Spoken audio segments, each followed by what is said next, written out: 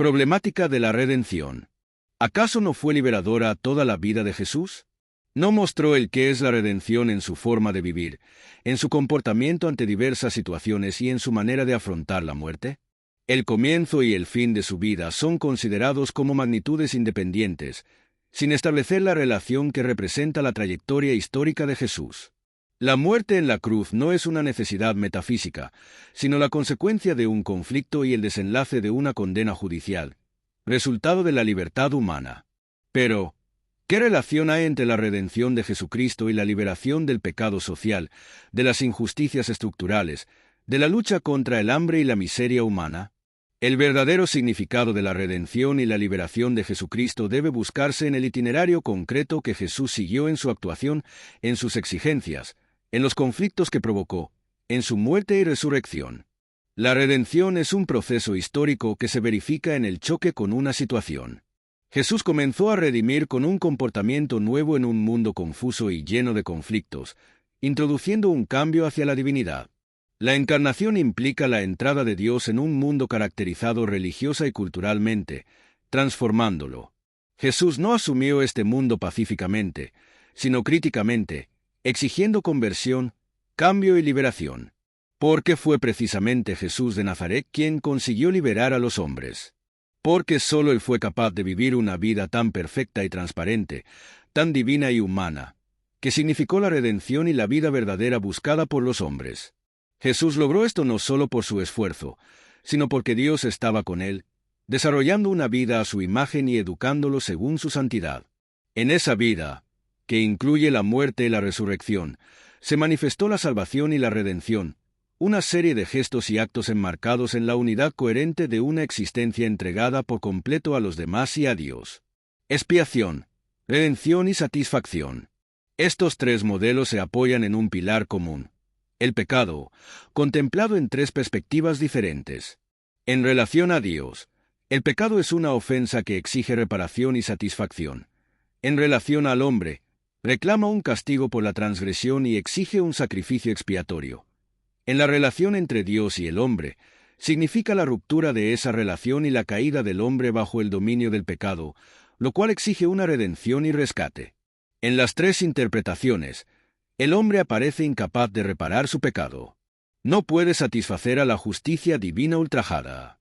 Permanece en la injusticia. ¿Jesús cenó para morir por el hombre? Según la tradición, la liberación consiste en que Jesucristo sustituye al hombre y realiza lo que éste debería hacer pero no puede por sí mismo. La misericordia divina se manifiesta en que el Padre envía a su Hijo para que, en lugar del hombre, satisfaga plenamente a la justicia de Dios ofendida, liberando así al hombre. Aquí predomina una concepción jurídica y formal del pecado, la justicia y la relación entre Dios y el hombre. Términos como expiación, reparación, satisfacción y rescate ocultan la gozosa novedad de la liberación de Jesucristo.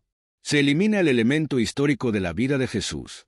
La muerte no aparece como consecuencia de su vida, sino como resultado de las decisiones de los hombres de su tiempo. ¿Puede Dios encontrar alegría y satisfacción en la violenta muerte de cruz? ¿Podría habernos redimido simplemente sufriendo y derramando su sangre? No podemos ignorar las limitaciones de este modo de interpretar el significado salvífico de Jesucristo. ¿Qué significa el carácter sustitutivo de la muerte de Jesús? ¿Puede alguien sustituir a un ser libre sin recibir de él una delegación? ¿Cómo concebir la mediación de Jesucristo con respecto a los hombres que vivieron antes o después de él, y con respecto a los que nunca oyeron hablar del Evangelio ni de la redención? El sufrimiento, la pena y la muerte de un inocente ¿eximen de culpa y castigo al criminal que causó ese sufrimiento? ¿Cómo se hace comprensible el carácter representativo universal de la obra de Cristo?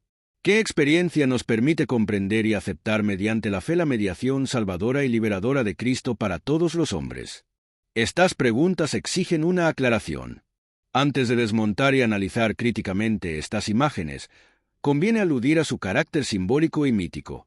Como dice Paul Ricoeur, el mito conserva su función simbólica, revelando los lazos del hombre con lo sagrado.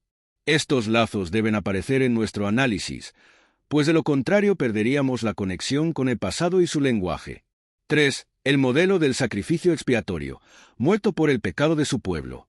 Siguiendo la carta a los Hebreos, la tradición interpretó la muerte de Cristo como un sacrificio expiatorio por nuestras iniquidades. Jesús, aunque no cometió crímenes, fue castigado por los nuestros y entregó su vida como sacrificio expiatorio. Isaías 53, 9-10. Este modelo está tomado de la experiencia ritual y cultural de los sacrificios en los templos. Con los sacrificios, los hombres creían honrar a Dios y aplacar su ira provocada por la maldad humana. Así, Dios volvía a ser bueno y amable. Según la Iglesia Católica, Jesús es el sacrificio perfecto e inmaculado que complació plenamente a Dios. Jesús aceptó libremente ser sacrificado, representando a todos los hombres ante Dios para conquistar el perdón divino total. En cierto modo, la ira divina se aplacó con la muerte violenta de Jesús en la cruz. Sus limitaciones. Mientras hubo una base sociológica para los sacrificios cruentos y expiatorios, como en la cultura romana y judía, este modelo fue comprensible. Al desaparecer tal experiencia, el modelo comenzó a resultar problemático y hubo que reinterpretarlo.